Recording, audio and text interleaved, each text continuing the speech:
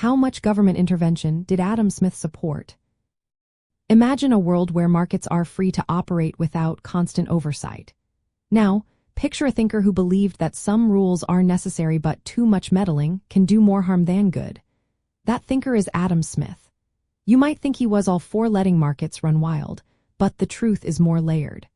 Smith believed in a limited role for government, but he did see some important areas where intervention makes sense. He thought the government should set up and enforce laws that protect property rights and ensure contracts are honored.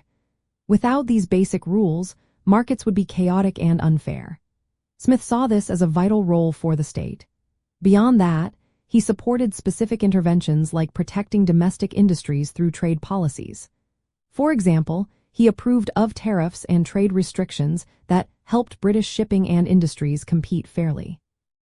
He also believed taxes on foreign trade could be justified if they prevented monopolies and kept competition healthy. Smith also believed the government should invest in education and public infrastructure. He argued that a well-educated population and good roads or ports help the economy grow. He supported regulations on banking, such as limiting small banknotes and controlling risky lending practices. He even thought government might need to step in when national security was at risk, like controlling trade or military defense.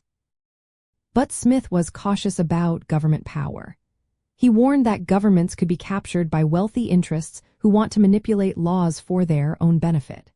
He was worried that government officials often lack the knowledge needed to manage complex economies properly. He believed that most government efforts to control markets would end up making things worse because they don't understand all the details. His opposition to mercantilism, the dominant economic policy of his time, shows this. Mercantilism involved heavy government control of trade, monopolies, and favoritism. Smith didn't oppose all government intervention, but he rejected policies that favored special groups over the general public. He believed that government should not pick winners and losers but instead create a fair playing field. Smith also warned against heavy taxes on necessities, saying they could hurt the poor and slow economic progress. He thought that even well-meaning government actions could have hidden costs that hurt third parties who aren't involved in the decision-making. At the core of Smith's ideas was a belief in liberty. He thought free markets, within a fair legal framework, would produce better results than heavy government control. But he didn't see this as an absolute rule.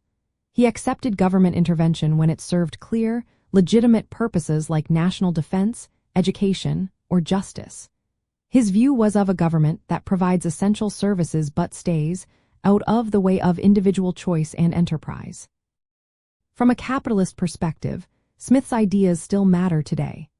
They reminded us that government should do just enough to keep markets fair and functioning, but not so much that it stifles innovation or competition.